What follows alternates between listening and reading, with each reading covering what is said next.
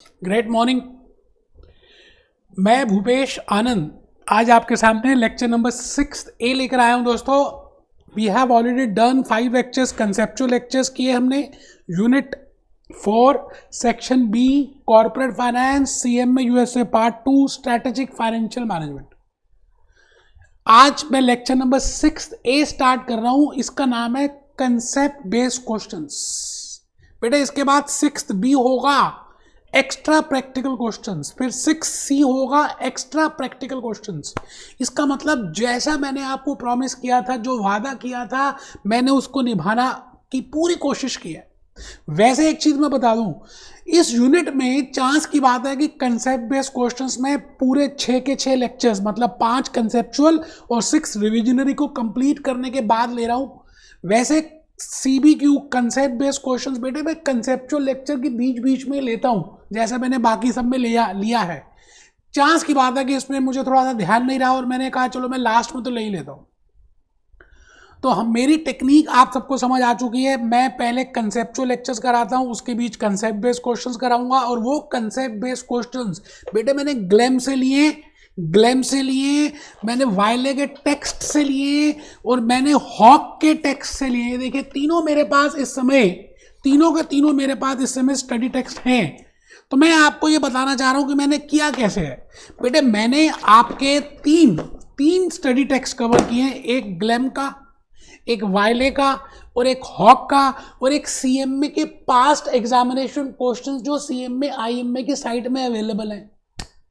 Plus कुछ questions मैंने अपनी बुक से भी डाले हैं, लेकिन उनकी क्वांटिटी मैंने कम रखी है। तो आपको 2 तरह की प्रैक्टिस में कराने वाला हूं, जो आप बाकी टीचर्स में या बाकी क्लासेस में नहीं देखेंगे। उनके पैसे भी ज्यादा हैं और वो प्रैक्टिस भी नहीं करा रहे। बेटा एक भूपेश आनंद है जो आपको CBQ में तीनों स्टडी मटेरियल्स के, हॉक के, ग्लैम का और वायले के स्टडी टेक्स्ट के क्वेश्चंस कंसेप्ट वाइज कराऊंगा। और ये खत्म होने के बाद हॉक के पूरे क्वेश्चन आंसर सीरीज, पूरी वर्कबुक EPQ रूप में कराऊंगा। बेटे आपको मैं क्या बताऊं, इससे बेस्ट, इससे ज्यादा ना तो होगा ना कोई कराएगा। बस आप चुपचाप ईमानदारी से अपना कैलकुलेटर बाहर निकाल लें। बेटे आप अपनी एक रफ बुक भी रख लें। आप बड़े हो गए मुझे पता है यार, जब छोटे थे तो क्या आप रफ बुक नहीं रखते थे अपने पास? वो क्वेश्चंस करने की बुक नहीं करते थे? सारा कुछ ओरली थोड़ी करना है। तो बेटा थोड़ी प्रैक्टिस होगी ना तो फिर हम धीरे धीरे ओरली करेंगे। लेकिन आपको शुरुआत में पेन रखना है, एक रफ बुक रखनी है जिसमें प्रैक्टिस करेंगे, कैलकुलेटर रखना है। बेटे कैलकुलेटर ये है BA प्लस टेक्सास का, और आप अपने सामने मेरे जूस नोट्स रखेंगे, जो मैंने आपको जूस नोट्स दिए हैं। बेटे बड़े ही कमाल के जूस नोट्स हैं, आपको सबको पता ही है। बेटे वो जो जूस नोट्स है ना, एक तो मैंने आपको जो लास्ट लेक्चर 6 लिया उसमें पूरा मैंने एक रिविजनरी करा दिया इस जूस नोट्स की हेल्प से। और इस जूस नोट्स में मैंने लास्ट में, वैसे तो बीच में देने चाहिए, मैंने इसमें लास्ट में जहां पे मेरे पूरे जूस नोट्स खत्म हो जाते हैं, मैंने वहां पर क्वेश्चंस रखे, आपको क्वेश्चंस दिए हैं, कंसेप्ट बेस्ड क्वेश्चंस। और बेटा वो कंसेप्ट बेस्ड क्वेश्चंस भी मैंने ये देखिए, जैसे 3 यूनिट है, मेरा 4th यूनिट चल रहा है इस समय वर्किंग कैपिटल मैनेजमेंट, क्योंकि हमने स्टार्ट ही वर्किंग कैपिटल मैनेजमेंट से किया। अब इस वर्किंग कैपिटल मैनेजमेंट में जो कंसेप्ट्स हैं आपके हॉक में, ग्लैम में, वायले में, मैंने इनको 5 कंसेप्ट्स में डिवाइड किया और आपको इसी तरह से मैंने क्वेश्चंस भी दिए। तो बेटे अपने सामने आप कृपया करके ये मेरे जूस नोट्स भी सामने रखें, जिसमें क्वेश्चन नंबर 82 से स्टार्ट हो जाता है वर्किंग कैपिटल मैनेजमेंट। एक बच्चे को नींद आ रही थी, वो कहता क्या कह रहे हो सर, समझ नहीं आ रहा। बेटे मैं ये कहना चाहता हूं आप सभी को कि आप कुछ दिनों के लिए बच्चे बन जाएं, छोटे छोटे बच्चे बन जाएं, जैसा जैसा मैं कह रहा हूं ना बस चुपचाप करते जाएं। तो आइए आप बच्चे बने और अपना रजिस्टर खोलें। मैं वर्किंग कैपिटल मैनेजमेंट के यूनिट 4 की प्रैक्टिस कराने जा रहा हूं। CBQ का मतलब है कंसेप्ट बेस्ड क्वेश्चंस। और बेटा ये लिए कहां से है? मैंने टेक्स्ट से लिए। इसका मतलब आपकी तीनों टेक्स्ट कवर्ड है। तो टेक्स्ट मैंने कवर्ड किया है CBQ के लिए, glam, वायले, hoc, CMA past year और माय ओन बुक्स। ठीक है सर आगे चलिए। बिल्कुल बेटे चल रहे हैं। इस लेक्चर का नाम है लेक्चर 6A। लेक्चर 6 था रिविजनरी ऑफ वर्किंग कैपिटल। इसमें मुख्य तौर पर मैंने दो कंसेप्ट कवर किए, कंसेप्ट 1 और कंसेप्ट 6। इसमें हम करा रहे हैं CBQs, और मैं आ गया जी CBQs में। आप सभी के सभी, कसम होगी बेटे आप सबको, अगर आपने अभी मेरे सामने क्वेश्चंस को ना खोला, मैं भूपेश आनंद आपसे ये कहना चाहता हूँ। हाँ सर बताइए क्या कहना चाहते हैं। मैं कहना चाहता हूं कि आप पहला क्वेश्चन पढ़ें।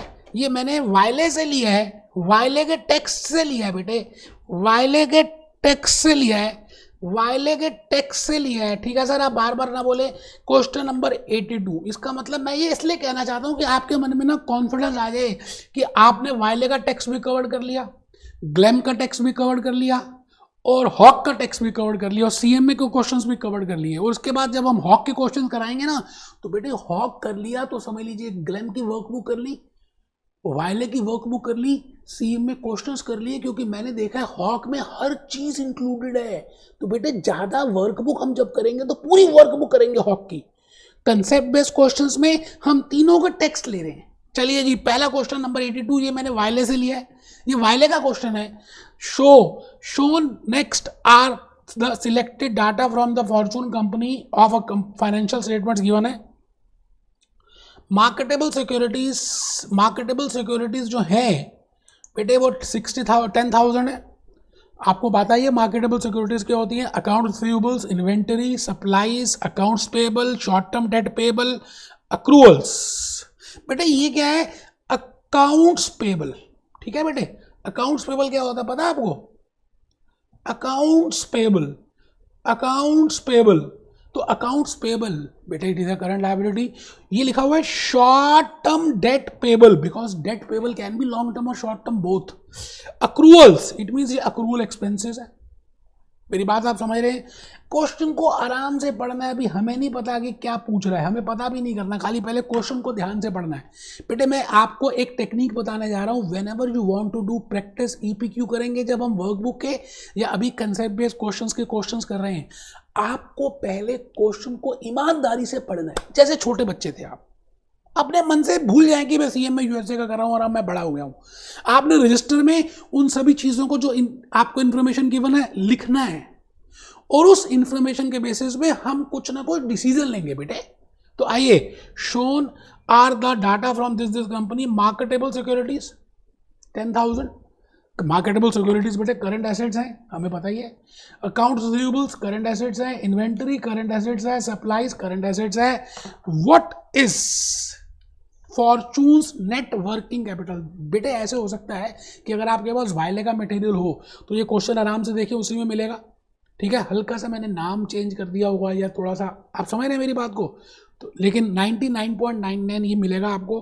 What is fortune's net working capital. बेटा आपको पता है नेट वर्किंग कैपिटल हम कैसे कैलकुलेट करते हैं। Net working capital is equal to current assets minus current liabilities, and gross working capital is just total of current assets. So we want to calculate net working capital. Net means current assets minus current liabilities. तो बेटे हमने 4 options अभी देख नहीं दिए कौन से ठीक है, नीचे आंसर भी नहीं देखना, मैंने इसलिए जान के आंसर्स भी नहीं दिए, इसमें आंसर्स नहीं दिए, या दिए भी हैं तो लास्ट में एक छोटा सा मैंने एक्सप्लेनेशन या उसका छोटा सा आंसर दे दिया है। आपको जान के इसलिए नहीं दिया, ये देखिए छोटी सी ऑप्शन बता दी है कि आप पहले अपना माइंड यूज करें बेटे। आइए हम क्या करेंगे, नेट वर्किंग कैपिटल कैलकुलेट करनी है तो हमें पता है बेटे करंट एसेट का जोड़ कर देंगे माइनस करंट लायबिलिटीज कर देंगे, और जो बैलेंस आएगा that is net working capital. इस चीज को मैंने अपने शीट्स में लिखा है बेटे। मैं तो छोटा बच्चा बन गया, मैं क्यों बड़ा बनूंगा, मैंने तो पूरा लिखा है। Net working capital is equal to total of current assets minus minus minus, बेटा लिखना है। देखिए मैं फिर रिपीट कर रहा हूं, मैं आपको पढ़ा रहा हूं फिर भी लिख रहा हूं, और आपको सीखना है, बनना है तो आप नहीं लिखेंगे। टोटल ऑफ करंट एसेट्स, कसम होगी अगर आपने ना लिखा तो, total of current assets minus total of current liabilities is equal to net working capital. तो मैंने क्या किया, करंट एसेट का जोड़ कर दिया बेटे, जोड़ कर दिया। 4 करंट एसेट्स हैं और 3 करंट लायबिलिटीज है मेरे बेटे। एक बच्चा कहता सर कैसे करंट एसेट्स 4 हैं, आओ बेटे मैं दोबारा से दिखा देता हूँ।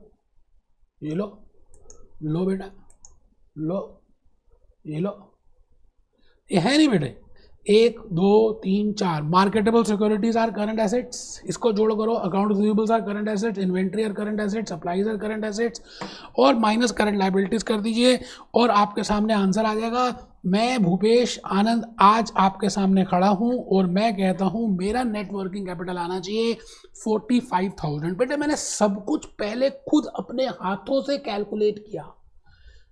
45,000 इट मीन्स इस कंपनी को 45,000 रुपए की वर्किंग कैपिटल अपने पास रखनी पड़ेगी। ये क्वेश्चन कह रहा था बेटे इस तरह के क्वेश्चंस आते हैं जब आप इस तरह के क्वेश्चंस करेंगे और 60-70% आपसे अगर खुद होने लग गए बेटे अपने आप कॉन्फिडेंस आएगा। कॉन्फिडेंस एक ऐसी चीज है जो बाजार में मिलती नहीं है बेटे, करने से आती है। करत करत अभ्यास से जड़मती होत सुजान, रसरी आवत जावत से। भले आप बड़े हो गए, भले आप यूएसए का कोर्स कर रहे हैं बेटे, लेकिन बेसिक बातें तो वही है ना, वैसे ही करना पड़ेगा ना। आप छोटे बच्चे क्यों नहीं बन जाते बेटे? बन जाओ ना। कैलकुलेटर अपने सामने रखो ना, रजिस्टर भी अपने सामने रखो ना बेटे। मैंने खुद सॉल्व किया है देखो रजिस्टर में, और फिर शीट्स बनाई। तो इसमें शर्माना किस बात का यार, मुझे तो ये समझ नहीं आती शर्माना क्यों है। आइए जी नेक्स्ट क्वेश्चन की तरफ हम बढ़ेंगे। हम सब नेक्स्ट क्वेश्चन की तरफ बढ़ रहे हैं, बिल्कुल बढ़ेंगे। और नेक्स्ट क्वेश्चन है बेटे 83। ये बेटे हॉक का है, तो मैं बता भी रहा हूं क्योंकि मैंने वाइल ले लिया, हॉक ले, सो दैट आपको कॉन्फिडेंस क्रिएट हो कि भाई सीबीक्यू में हमने तीनों का सीबीक्यू का टेक्स्ट कवर कर लिया, ईपीक्यू में हमने पूरा हॉक कवर कर लिया। जब मैंने कहा हॉक कवर कर लिया तो उसका मतलब ग्लेन वाइले सीएम में भी कवर कर लिए। आइए क्वेश्चन पढ़ते हैं। During the year a company increased, अब मैंने कंपनी का नाम चेंज कर दिया होगा, टेंशन मत लेना। अगर आपके पास हॉक का मटेरियल है तो आप डायरेक्टली देख सकते हैं, फिगर्स मिला लीजिए, ठीक है जी। During the year Gold company asset increased by $120, $120 से वो कहता है ये एसेट्स बढ़ गए, ठीक है सर, बहुत बढ़िया। करंट लायबिलिटीज डिक्रीज्ड बाय, अच्छा करंट लायबिलिटीज घट गई कितने से? $50 से। एक बात समझना बेटे, मैंने रिविजनरी क्लास में भी एक बात बताई थी कि आपको कंसेप्ट समझना है ना। 5 लेक्चर्स मैंने कंसेप्चुअली लिए, कंसेप्ट 1 और 6 को समझाने के लिए, और 6 लेक्चर लिया रिविजनरी, वो आप सबने अटेंड कर लिया। अब आप लेक्चर 6A कर रहे हो। मैं यहाँ पर नेट वर्किंग कैपिटल बताना चाहता हूँ। My net working capital will increase, decrease, remain same, etcetera etcetera etcetera etcetera. बेटे आंसर मत देखना, आप पहले अपने आप ईमानदारी से फॉर्मूला लिखना बेटे। Net working capital is equal to current assets minus current liabilities. ये हम सबको पता है।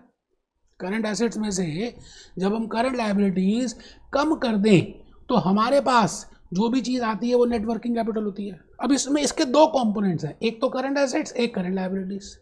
अच्छा, इसमें चेंज कब आएगा? अगर करंट एसेट्स में या करंट लायबिलिटीज में कहीं चेंज आ जाए तो नेट वर्किंग कैपिटल में चेंज आ जाएगा। क्वेश्चन कह रहा है कि करंट एसेट्स $120 से बढ़ गए और करंट लायबिलिटीज $50 से कम हो गई, ठीक है जी। अब अगर आपको इसको ज़्यादा अच्छा समझना हो ना तो आप एक फिगर ले लीजिए कि पहले इतनी करंट एसेट्स है, फिर इतने करंट लायबिलिटीज। शुरू के 1-2 क्वेश्चंस में आप ऐसा करें जैसा मैं कह रहा हूं, फिर जैसे जैसे आपका हाथ पक्का हो जाएगा हम उसको उस तरह से करना शुरू कर देंगे। क्वेश्चन नंबर 83 लिखें जी। आंसर लिखना है बेटा, रजिस्टर में लिखना है। आपके पास जो रजिस्टर है उसमें लिखना है, उसी में कैलकुलेशन कर लीजिए जो आपने कंसेप्चुअल वाले वीडियोस लिखे हैं, उसकी टेक्स्ट नोट्स लिखे हैं, वहीं पे लिखिए। We know net working capital is equal to current assets minus current liabilities. हमें पता है कि net working capital current assets minus current liabilities होता है, बच्चे को पता है जी। अब नेट वर्किंग कैपिटल को चेंज करना हो तो इन दोनों में से अगर किसी भी कंपोनेंट में चेंज हो जाए तो नेट वर्किंग कैपिटल में चेंज हो जाएगा। या तो दोनों में चेंज हो जाए, या तो एक में चेंज हो जाए, या दोनों में चेंज ना, मतलब आप समझ रहे हैं ना बात को। तो मैंने लिखा है कि अगर दोनों में चेंज हो गया तब भी चेंज हो जाएगी, अगर दोनों डिक्रीज हो गए तब भी चेंज हो जाएगी, अगर एक डिक्रीज हो गया दूसरा डिक्रीज हो तब भी चेंज हो जाएगी, एक डिक्रीज हुआ दूसरा नहीं हुआ तब भी। इसका मतलब ये समझना नहीं है, एक लॉजिकली मैंने बताने के लिए लिखा है। अब आपको क्या करना है, ईमानदारी से देखिए। मैंने इस क्वेश्चन को चाहता तो नीचे आंसर तो दिया ही हुआ है, एक्सप्लेनेशन आपको करा देता और चैप्टर क्लोज हो जाता। बेटे ये भूपेश आनंद है, आपको लॉजिक बताएगा, कंसेप्ट बताएगा। मैं मान रहा हूँ कि आप अभी 12th क्लास में हैं, बेटे शुरू के क्वेश्चंस मेरे जैसे करो, फिर आपका बेस बन जाएगा, फिर आप जैसे मर्जी कर लेना। दावा इस बात का है कि आप बड़े से बड़े लेक्चर्स ले लीजिए, बड़े से बड़े टीचर्स की, मेरे से कंटेंट 15 मिनट का होगा। मेरा कंटेंट है उसी चीज को समझाने का 15 घंटे का, और क्वेश्चंस जिस तरह से मैं करा रहा हूं बेटे, इस तरह से तो कोई करा ही नहीं सकता, क्योंकि सब तो नीचे एक्सप्लेनेशन पढ़ देते हैं, ओके ओके ओके करके चैप्टर क्लोज। बेटे देखो, मैंने अपने आप एक फिगर एज्यूम की, क्योंकि मुझे समझाना है कि नेट वर्किंग कैपिटल बढ़ेगी या कम होगी। अभी बता था, इसके बिना भी कर सकते हैं, बट सवाल है कि अगर आपको लॉजिक समझ आ गया ना, तो आप पेपर में अटकोगे नहीं बेटे। मैंने कहा मान लेते हैं मेरे करंट एसेट्स $1000 हैं, मान लेते हैं मेरी करंट लायबिलिटी $300 है एग्जिस्टिंग, तो बेटा नेट वर्किंग कैपिटल कितनी होगी? $700 ही तो हुई। हमें पता ही है, लिखना है बेटा, ये लिख लो, स्टिल करके लिख लेना, अभी समझ लो पहले, चलो ठीक है। अब मैं कहता हूं, क्वेश्चन कहता है जी अब करंट एसेट बढ़ गए $120 से, तो मैंने क्या किया, $1120 अपने नए करंट एसेट्स को रख लिया। बेटे जब बढ़ेंगे तो मेरे करंट एसेट बढ़ेंगे, और जब करंट एसेट बढ़ेंगे तो 1120 हो गए। इसी तरह से करंट लायबिलिटीज कह रहा है जी 50 से कम हो गई, तो मैंने कम कर दी, $250 आ गई। एक बच्चा कहता है ये 1000 और 300 कहाँ से आया, उसके तो कान पे थप्पड़ मारूंगा, वो सो रहा है। मैंने कहा बच्चे बन जाएं, सारी चीजें अज्यूम करके करें। अगर आपको फिगर्स नहीं दी तो आप फिगर्स अज्यूम करेंगे, फिर करेंगे तो ज्यादा समझ आएगा। अब बेटा 1120 करंट एसेट्स हो गए नए, और 250 करंट लायबिलिटीज हो गई हैं, तो बेटे आ जाओ, 1120 माइनस 250, ये आ गया जी 870, 870 आ गई जी नेट वर्किंग कैपिटल। बेटे current assets minus current liabilities is equal to net working capital होती है, तो 870 आ गई। पहले कितनी थी वर्किंग कैपिटल? 700, क्योंकि मैंने $1000 करंट एसेट एज्यूम किए थे, $300 करंट लायबिलिटी एज्यूम की थी, पहले 700 थी, अब 870 हो गई, इंक्रीज बाय $170। एक बच्चा कहता सर इतना कुछ करने की जरूरत नहीं थी, मैं वैसे भी कर सकता हूं। मुझे पता बेटा वैसे भी हो सकता है, मैं भी कर सकता हूं, फिर क्यों टाइम लगा रहा हूं? क्योंकि मैं आपका बेस बनाना चाहता हूं। बेबी को बेस पसंद है। अगर आपका बेस बन गया ना, तो आप इसी तरह से क्रिएट करके बड़े से बड़े क्वेश्चंस कर पाएंगे। अभी थोड़ा सा समय लग रहा है ज्यादा, लेकिन बेटे इससे आपको लॉन्ग टर्म हैप्पीनेस मिलने वाली है। आप बात को समझे। आइए जी क्वेश्चन नंबर 84 की तरफ, 84 की तरफ।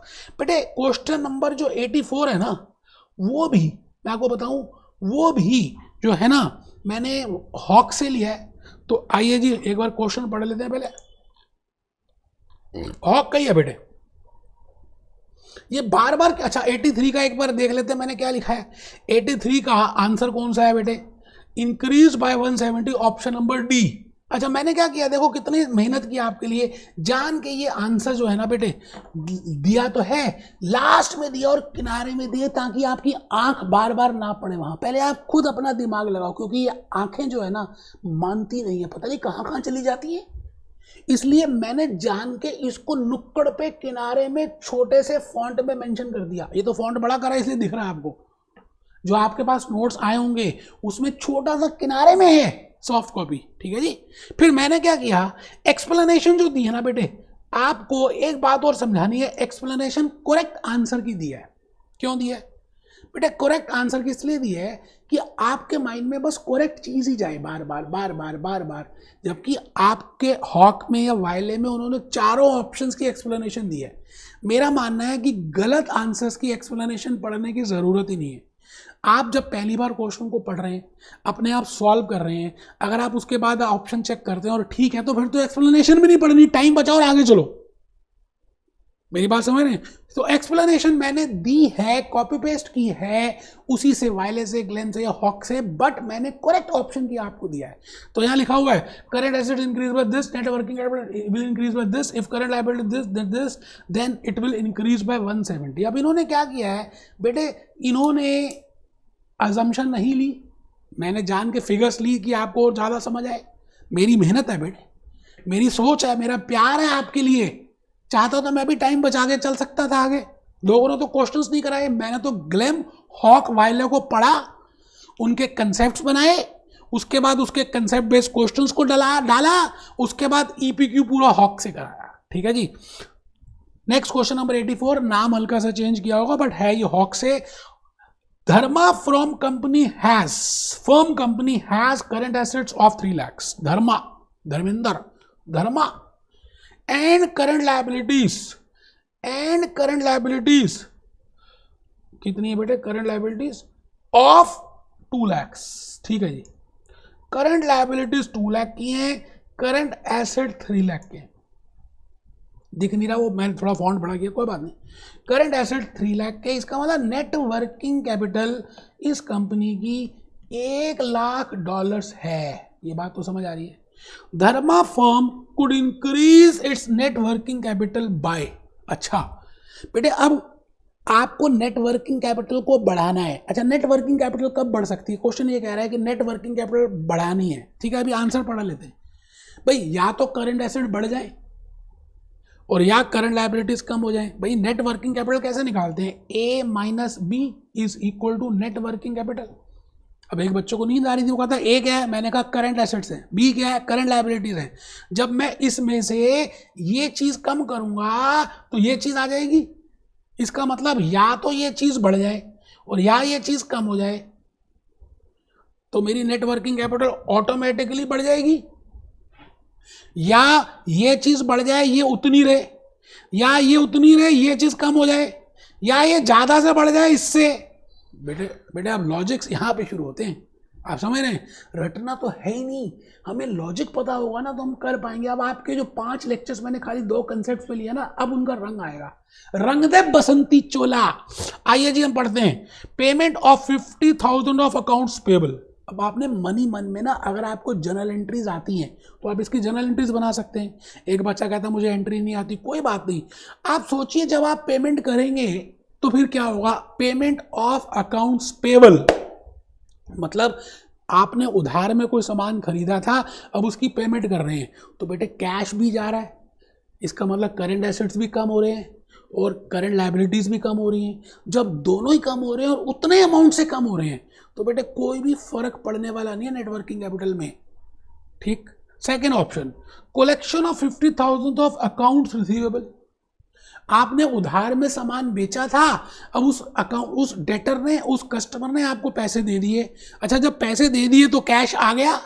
अच्छा, जब कैश आ गया तो रिसीवेबल्स कम हो गए. इसका मतलब करंट एसेट जितने पहले थे उतने ही रहने वाले हैं. अगर आप एंट्री समझते हो तो मैं एंट्री करके बताता हूं. Debit cash, credit accounts receivable और cash account to be debited, debtors account to be credited. ऐसे तो करेंगे. एंट्री नहीं आती, जाए भाड़ में. आपने लॉजिकली बात समझनी है कि अगर मुझे पैसे मिल रहे हैं तो कैश बढ़ेगा, रिसीवेबल्स कम होंगे, तो करंट एसेट तो उतने के उतने रहने वाले हैं. तो नेट वर्किंग कैपिटल में चेंज ही नहीं आएगा. इंक्रीज और डिक्रीज की तो बात ही छोड़ दो. अच्छा जी, purchase of 50,000 of temporary investment for cash. बेटे एक गूढ़ मंत्र मैंने आपको दिया था, गोल्डन रूल, कि नेट वर्किंग कैपिटल में चेंज तभी आएगा जब एक आइटम करंट होगी और दूसरी नॉन करंट होगी. एक बच्चे को नींद आ रही थी, वो तो अचानक खड़ा होकर बैठ गया. बेटे मैंने कहा गोल्डन रूल है कि एक आइटम अगर करंट होगी और दूसरी नॉन करंट होगी, एसेट लायबिलिटी कोई भी हो, एक करंट होना जरूरी है, दूसरा नॉन करंट होना जरूरी है, तभी जाके करंट आएगा और तभी नेट वर्किंग कैपिटल में चेंज आएगा. मेरी बात को आप समझ रहे हैं? मेरी बात पूरी समझ रहे हैं? तो मैं कहता हूं जी, purchase of 50,000 of temporary investment for cash. Temporary investment भी करंट है, कैश भी करंट है. बेटे इनमें कभी चेंज आने वाला नहीं है. ए बी सी आंसर हो ही नहीं सकते. अब डी में आ गए. Refinancing of 50,000 short term debt with long term date. बेटे आपको और ज्यादा सोचना ही नहीं है. शॉर्ट टर्म डेट करंट है और long term debt non current है. अगर एक आइटम करंट होगी और दूसरी नॉन करंट होगी, वेदर एसेट और लायबिलिटी इट इज इमटेरियल. बेटे there will be change in net working capital. मैं अभी प्रूव करके दिखाऊंगा दोबारा से. इसका आंसर भी देखिए, मैंने जान के ना छोटा सा नीचे दे दिया आंसर डी और इसकी एक्सप्लेनेशन दे दी है. ये सॉफ्ट कॉपी आपके पास है, लेकिन मुझे है आपसे प्यार. हाँ सर, हमें भी आपसे प्यार है. तो बेटे फिर तो क्वेश्चन लिखना चाहिए ना. क्वेश्चन नंबर 84 का मैंने एक्सप्लेनेशन लिखा है. अगर समझदार होगे ना तो आप पूरी एक्सप्लेनेशन लिखोगे बेटे। फर्स्ट अटेम्प्ट में पास तभी हो सकते हैं जब हम मेहनत करेंगे। मैंने लिखा माय डियर फ्रेंड्स। कौन लिखता है यार आजकल के ज़माने में, घर वाले इतने प्यार से नहीं बुलाते। ये तो मैं आपको प्यार प्यार से बार बार कह रहा हूँ, करो करो करो, कर लोगे, डिग्री मिल जाएगी। पूरी दुनिया के लेक्चर्स देख लो सर, इंडिया की तो छोड़ दो, वर्ल्ड की बात कर रहा हूँ, कहीं के भी देखो, आपको खुद डिफरेंस समझ आएगा भूपेश आनंद में और सब में कि प्यार कहाँ झलक रहा है, चीजें कहाँ ज्यादा समझ आ रही हैं, कंसेप्ट्स कहाँ ज्यादा पता चल रहे हैं। My dear friends, we know working capital is equal to current assets minus current liabilities. So if there is a change in current asset as well as in current liabilities, then there is no change in working capital. अब ये asset और liability छोड़ दो, मैं तो कहता हूं अगर दोनों आइटम करंट है, मैंने अभी तक रूल बनाया कि अगर दोनों आइटम करंट हैं तो बेटा चेंज आएगा ही नहीं। ठीक है जी, अभी मैंने प्रूव करके दिखाया, payment of accounts payable, amount receive from account receivable. ठीक है जी, अब ये लिखना जरूरी है, ये लिखना जरूरी है बेटे। So there will be change in working capital. मुझे मालूम है कि आपको मालूम है और आप समझदार हो, लेकिन मेरे बच्चे हो आप, मेरे दोस्त हो, है ना, मेरे दोस्त हो ना, तो अगर मेरे दोस्त हो ना तो कसम है आपको अगर आपने ना लिखा दो। So there will be change in working capital if one item is non current and other item is current, and that I have just told you also. तो लिख लो बेटे, मैं थोड़ा सा समय भी दे रहा हूं, लिखो लिखो बेटे लिखो, लिखने से ही बनोगे। पढ़ेंगे लिखेंगे तो बनेंगे नवाब। ठीक है जी, पढ़ेंगे लिखेंगे तो बनेंगे नवाब। आ जाओ, आओ मेरे बेटे आओ। अब देखो मैं बार बार बेटे वर्ड यूज कर रहा हूं, आप मेरे बेटे थोड़ी हो, मेरे दोस्त हो आप। आओ मेरे दोस्त, आओ मेरे दोस्त। नेक्स्ट क्वेश्चन की तरफ हम बढ़ेंगे। तो देखिए इसके एक्सप्लेनेशन में लिखा मैंने, ये एक्सप्लेनेशन अब आपको हॉक में भी नहीं दिया हुआ है ना। When accounts payables are being paid then cash decreases, accounts payable decreases, current asset decreases, current liability decreases, so no change in working capital. Working capital में कोई भी चेंज नहीं होगा। ठीक है सर, बहुत बढ़िया। When there is a purchase of temporary investments then current asset increases, current assets decreases, क्योंकि इन्वेस्टमेंट करंट एसेट है, इन्वेस्टमेंट मेरे घर आ रही है, मेरे घर से कैश जा रहा है। कैश तुम जा रहे हो, कहते हाँ मैं जा रहा हूं। इन्वेस्टमेंट तुम आ रही हो, कहती हाँ मैं आ गई। इसका मतलब मेरे करंट एसेट एक तरफ जेब से पैसे गए और दोबारा आ गए, तो मेरी जेब में तो पैसे उतने ही रहने वाले हैं ना बेटा। तो इसलिए both items are current in nature, hence no change in working capital, hence no change in working capital. आइए जी, आइए रीफाइनेंसिंग, लास्ट ऑप्शन जो है refinancing of short term debt with long term debt. मतलब हमने शॉर्ट टर्म डेट को repay कर दिया। कैसे किया? पैसे कहां से आए? लॉन्ग टर्म डेट से। ठीक है, जब मैं शॉर्ट टर्म डेट को रीपे कर दूंगा लॉन्ग टर्म डेट से, तो पहले बात तो लॉन्ग टर्म डेट आया, कैश डेबिट कैश आ गया, cash debit debit cash, credit long term date. दूसरा क्या हुआ?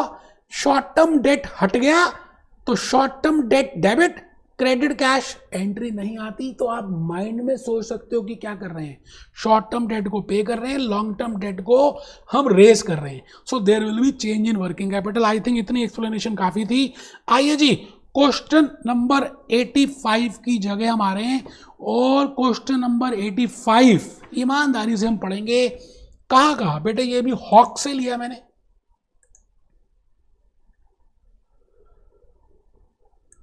मैंने मिक्सचर लिए जी, जैसे बताया, हॉक, वायले और ग्लैम। तो आप अगर मेरे कंसेप्ट बेस्ड क्वेश्चंस करते हैं तो तीनों का स्टडी टेक्स्ट कवर कर दिए। एक्स्ट्रा प्रैक्टिकल में हॉक के कराऊंगा, क्योंकि हॉक में सब कुछ कवर है, मैंने सब चेक करके देख लिया। ठीक है जी। Determine the appropriate level of net working capital. Appropriate का मतलब होता है ऑप्टिमम, मतलब अच्छा level of net working capital for a firm. Determine the appropriate level. Appropriate मतलब जितना होना चाहिए, जैसे हमारी बॉडी में ब्लड प्रेशर होता है कि एप्रोप्रिएट कितना प्रेशर है बॉडी में ब्लड का, एप्रोप्रिएट कितना शुगर का लेवल है। Changing the capital structure and dividend policy of a firm. दोबारा से पहले क्वेश्चन पढ़ रहे थे बेटे। समझदार बच्चे वो होते हैं जो आंसर देने से पहले क्वेश्चन की रिक्वायरमेंट पढ़ते हैं। क्योंकि क्वेश्चन पॉजिटिव सेंस में भी हो सकता है, क्वेश्चन नेगेटिव सेंस में भी हो सकता है, क्वेश्चन आपको एक्सेप्शंस के लिए भी आ सकता है, क्वेश्चन बिना एक्सेप्शंस के आ सकता है। तो बेटे मेरे बच्चे हो ना, अगर मेरे दोस्त हो ना, तो मैं चाहता हूं कि आप पहले क्वेश्चन को प्यार से पढ़ो। देखो दोबारा से पढ़ते हैं क्वेश्चन क्या कह रहा है। Determining the appropriate level of, वो कहता है जी जब हमें नेट वर्किंग कैपिटल निकालनी होती है फॉर अ फर्म, किसी कंपनी के लिए हमें नेट वर्किंग कैपिटल निकालनी है कि भाई उसको रोजमर्रा काम करने के लिए कितने पैसे चाहिए। Changing the capital structure and dividend policy of the firm, क्या वर्किंग कैपिटल को निकालने के लिए कैपिटल स्ट्रक्चर का और डिविडेंड पॉलिसी का चेंज इफेक्ट होता है, इंपॉर्टेंट है बेटे। कैपिटल स्ट्रक्चर तो एक लॉन्ग टर्म आइटम है, तो वर्किंग कैपिटल एक शॉर्ट टर्म है, तो पहला तो होना ही नहीं चाहिए। Second, maintaining short term debt at the lowest possible level because it is generally more expensive than long term debt। ठीक है जी, अभी पढ़ते हैं, पहले क्वेश्चन पढ़ते हैं। Debt offsetting the benefit of non-current assets against the probability of technical insolvency। एक बात मैं वैसे बता दूं,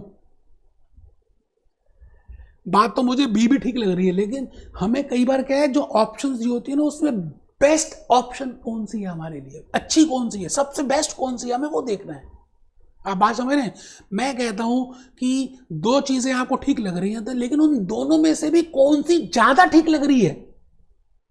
आपको पता है नेट वर्किंग कैपिटल एस्टिमेट करने के लिए हमारा एक ही ऑब्जेक्टिव होता है कि जो हमें रोजमर्रा के पैसे देने हैं लोगों के, करंट लायबिलिटीज की पेमेंट करनी है, री अक्रूवल्स की पेमेंट करनी है, आपको अक्रूड एक्सपेंसेस की पेमेंट करनी है, क्रेडिटर्स की पेमेंट करनी है, उसके पैसे आपके पास होने चाहिए। कई बार आपके पास इतने सारे एसेट्स होते हैं but you don't have the liquidity.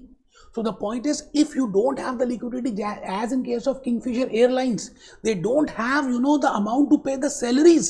अब आप ये बताइए, अगर सैलरीज पे करने के लिए नहीं आपके पास पैसे, तो बेटा you will be declared as a insolvent.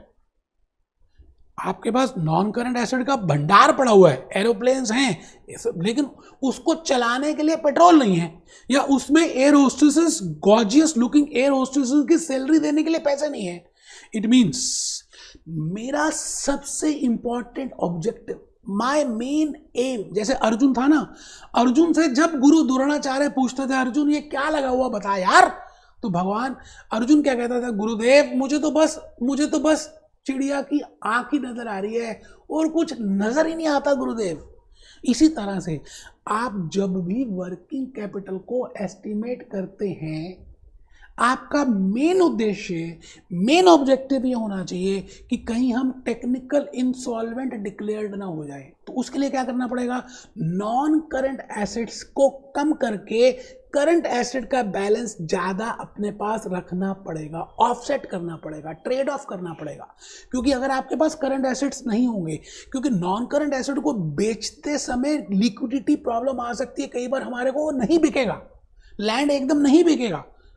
So the point is, we should have the optimum balance of current assets so that at the time of payment of current liabilities, we can easily get the liquidity from this and we can easily pay that. You're getting my point? So my main objective in this is, I should have the optimum balance of current assets. So मुझे ऐसा लगता है C point जो है ये best है, offsetting the benefit of non-current assets against the probability of technical insolvency। बेटे technical insolvency का मतलब आप समझ रहे हैं, नीचे देखिए क्या लिखा है, the process of working capital management is the balancing of net working capital of this against the risk of not having enough against this. अब देखिए मैंने क्या एक्सप्लेनेशन लिखी है बेटे, मजा आ जाएगा आपको वो एक्सप्लेनेशन देखकर, और लिखनी है बेटा। बेटे मैं क्या बताऊं, देखो मैं नहीं भी लिखता तो आंसर तो समझ आया, समझाई दिया। लिखने से क्या होगा, आपको अंदर तक बात घुस जाएगी, और फिर हम EPQ extra practical question Hock के जो मैंने लेने वाला हूं लेक्चर 6B में, लेक्चर 6C में, तो बेटे वो जल्दी हो जाएंगे। लिखो, there is a trade off between non current assets and current assets. Trade off कि इसको लें या इसको लें, गोलगप्पे खाएं या पापड़ी चाट खाएं, दही वड़े खाएं या वड़ा सांभर लें, there is a trade off. So there is a trade-off between non-current assets and current assets. It is important to have adequate balance of current assets.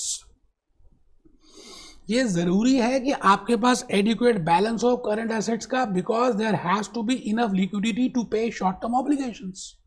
यार आपने कपड़े बढ़िया बढ़िया पहने हैं, सोने की चेन पहनी है, हर चीज बेस्ट है, लेकिन आपके पास 10 रुपए मेट्रो के पैसे या चाय पीने के नहीं है कैश, बेटा this is not, it means you are a technical insolvent. So my main objective in working capital while finding out the optimal level of working capital is to have this point as I should not face technical insolvency. आइए sir, बहुत ही बढ़िया.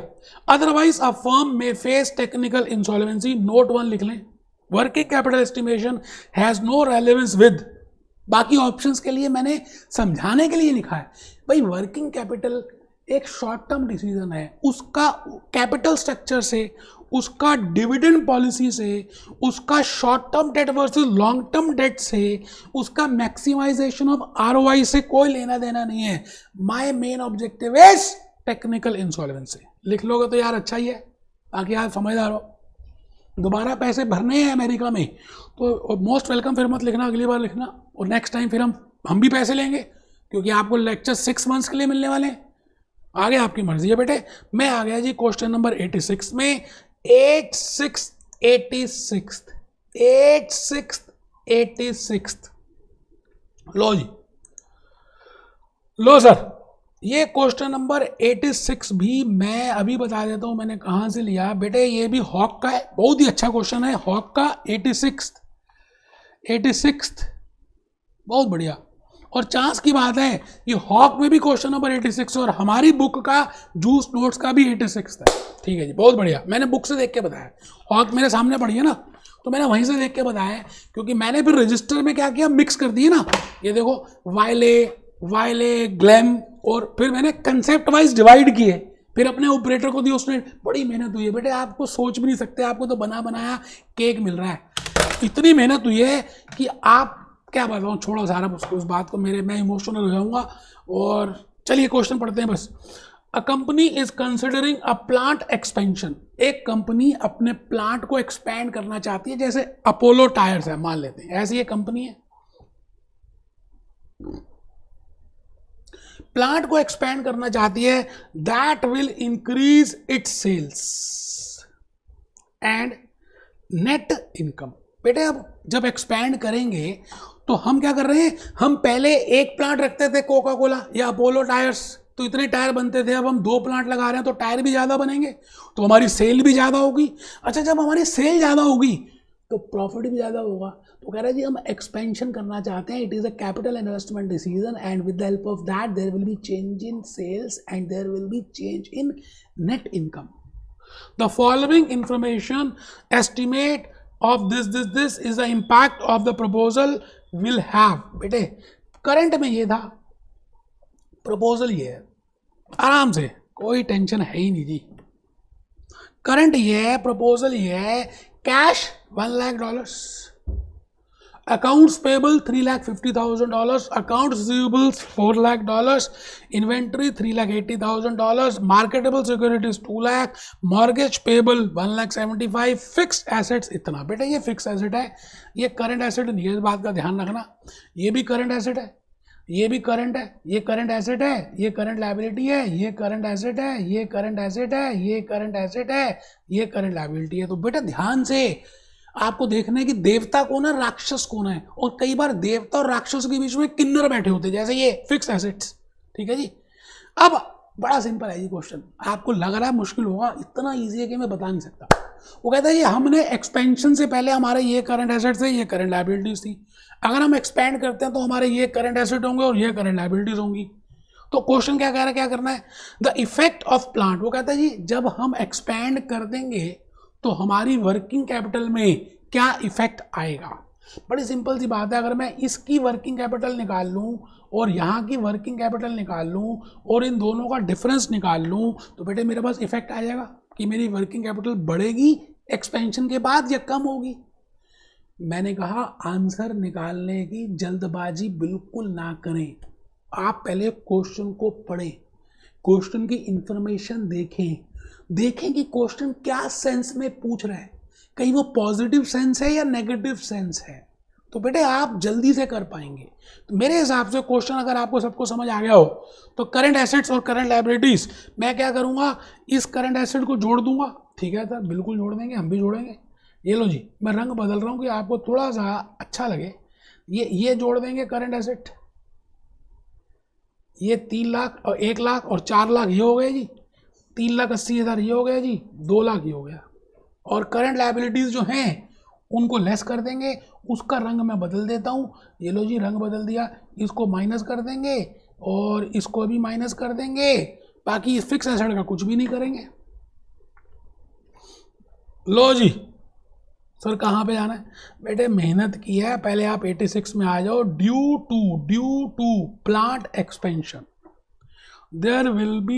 there will be increase in sales and there will be increase in net income। देखो कितने प्यार से लिखा है नोट 1, और आप ऐसे हो कि आप लिख नहीं रहे, लिखना तो छोड़ दो, झुक के बैठे हुए हो, बैठ के पढ़ भी नहीं रहे। भैया विद्या आएगी नहीं अगर आप बैठ के नहीं पढ़ेंगे। मैं तो खड़ा होकर लेक्चर दे रहा हूँ है? आप देखिए मैक्सिमम जो टीचर है वो बैठ के लेक्चर देते हैं। बेटे मुझे प्यार है आपसे, ये देख लो पसीने आ रहे हैं, गर्मी है, फिर भी खड़ा होकर टाई लगाकर आपके लिए कर रहा हूँ कि आप में वो एनर्जी है जो मेरे में एनर्जी है। ठीक है जी, तो बैठिए। Friends we will calculate net working capital prior to plant expansion, question पढ़ने से हमें समझ आ गया। And we will calculate net working capital post plant expansion. ठीक है सर, बहुत बढ़िया। आइए, बड़ा सिंपल है, हमने अभी कर भी लिया। While calculating net working capital V will only include current assets and current liabilities, fixed assets will not be included while calculating net working capital. ठीक है सर, ये तो पता ही है हमें। लिख लो, जल्दी लिखो बेटा, मैं 1 मिनट में आ रहा हूँ, जल्दी लिखो।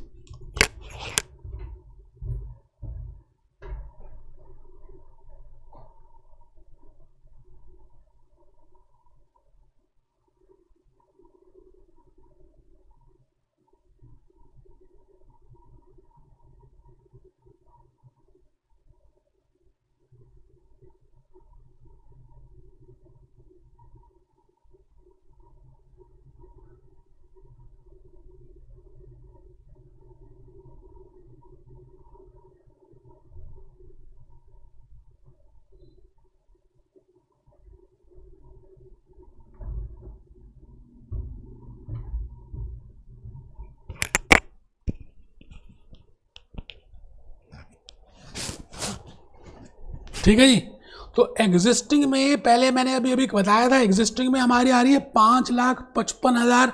कसम होगी अगर आपने कैलकुलेटर से ना किया, मैंने देखिए कैलकुलेटर से किया, लिखा, समझाया। आपको खाली कैलकुलेटर से एक बार देखना है कि एग्जिस्टिंग में हमारी वर्किंग कैपिटल क्या 5,55,000 आ रही है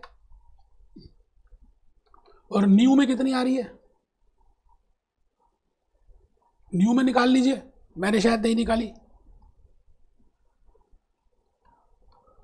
न्यू में निकाल लेते हैं। ये 5,55 आ गई जी, और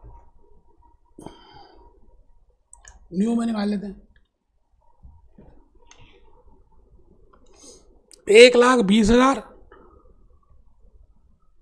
plus 5 lakh plus 4,60,000 plus 2 lakh minus 4,30,000 minus 3,25,000, ये आ गई जी 5,25,000। 5,25,000 आराम से देख लीजिए। पहली फिगर थी हमारी 5,55, ठीक है जी। तो 5,55,000 माइनस 5,25,000, ये आ गया जी 30,000।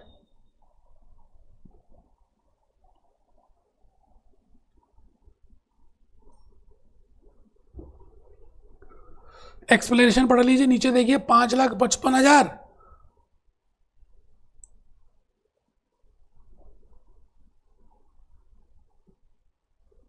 ये देख लीजिए 5,55,000 और 5,25,000। So my net working capital will decrease by 30,000। बेटे आंसर बी होना चाहिए। मुझे लगता है शायद मैंने गलती से, ऑपरेटर ने ऑप्शन सी कर दिया, नहीं बी है। ठीक है, बहुत बढ़िया। मुश्किल कुछ है ही नहीं जी, मुश्किल आपके मन का वहम है और कुछ भी मुश्किल नहीं है। ये देखिए मैंने यहां पर ये कंप्लीट भी कर दिया। नेक्स्ट क्वेश्चन, ये बेटे हमने लिया है कहां से, वायले से। बड़ा ही प्यारा सा क्वेश्चन है, अभी हमने किया। वैसा ही है, एक बार देख लेते हैं। The balance sheet of a company is this: cash, account receivables, inventories, prepaid expenses, property, plant, intangible asset, total assets, accounts payable, notes payable, accrued expenses, deferred tax, long term date, share holders equity. What was the net working capital? आपको net working capital निकालनी है बेटे। आपको पता ही है net working capital कैसे निकालते हैं, current assets minus current liabilities.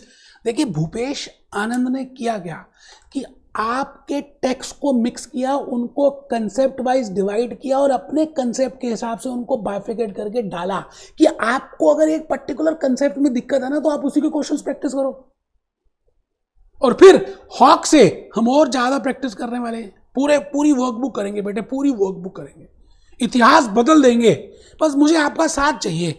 आप रजिस्टर में मेरे साथ साथ करें, कैलकुलेटर अपने पास रखें, नोट करें, एक्सप्लेनेशन लिखें, ज़्यादा समझदारी और चालाकी ना करें बस।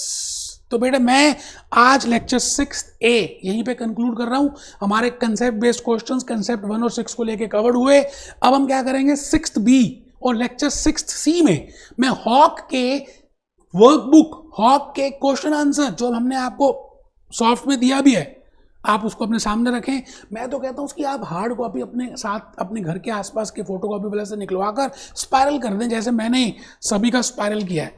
होता क्या है बेटे, जब हम किसी चीज़ को स्पायरल कर लेते हैं ना और जो चीज़ हमारे सामने आ जाती है तो थोड़ा सा हैंडी हो जाती है, क्योंकि हम बचपन से हार्ड में पढ़ते आ रहे हैं। तो इन्हीं बातों के साथ मैं भूपेश आनंद लेक्चर 6B में मिल रहा हूँ। Be happy, B jolly, B cheerful.